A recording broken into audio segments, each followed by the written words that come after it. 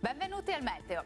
Residua instabilità sulle nostre regioni dove comunque il tempo tenderà a ristabilirsi e sarà via via più asciutto e stabile. Vediamo il dettaglio di mercoledì 10 luglio. Sul Veneto il cielo risulterà spesso nuvoloso al mattino con qualche occasionale precipitazione a carattere sparso. Dal pomeriggio avremo maggiori spazi soleggiati e entro sera i fenomeni saranno in cessazione dappertutto.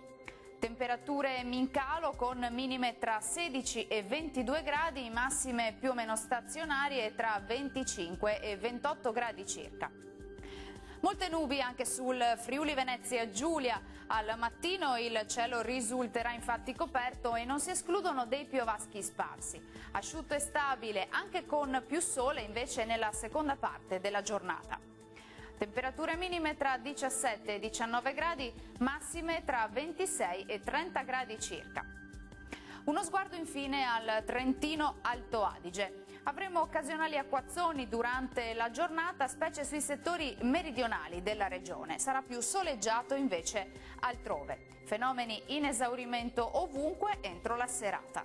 Temperature minime tra 17 e 19 gradi, massime oscillanti tra i 29 e i 30 gradi circa. Dal Meteo per ora è tutto, io vi do appuntamento al prossimo aggiornamento. Arrivederci.